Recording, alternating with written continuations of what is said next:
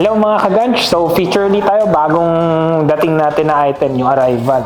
6 drawers po siya na wardrobe, steel po siya, tapos meron pong salamin, tapos 6 doors po, at 6 cabinets din po sa baba.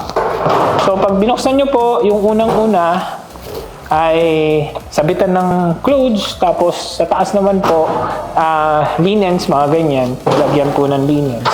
Okay? Tapos, dito naman po sa gitna, merong kayong makikitang safe. So, combination safe po yan. So, kung safe na safe po ang paglagay nyo ng gamit dyan. Tapos, layers na rin po to para sa mga t-shirts or damit.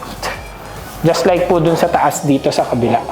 Ito naman pong pangatlo, same lang po dun sa kabila. Na lalagyan pwedeng linens, dito po damit. And yun po, meron din po tayong isa pang design nito, yung wood style naman po.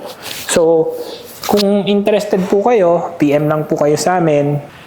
Comment po kayo sa video na ito. Reach out po sa inyo and bibigay po namin yung price and everything po. God bless po.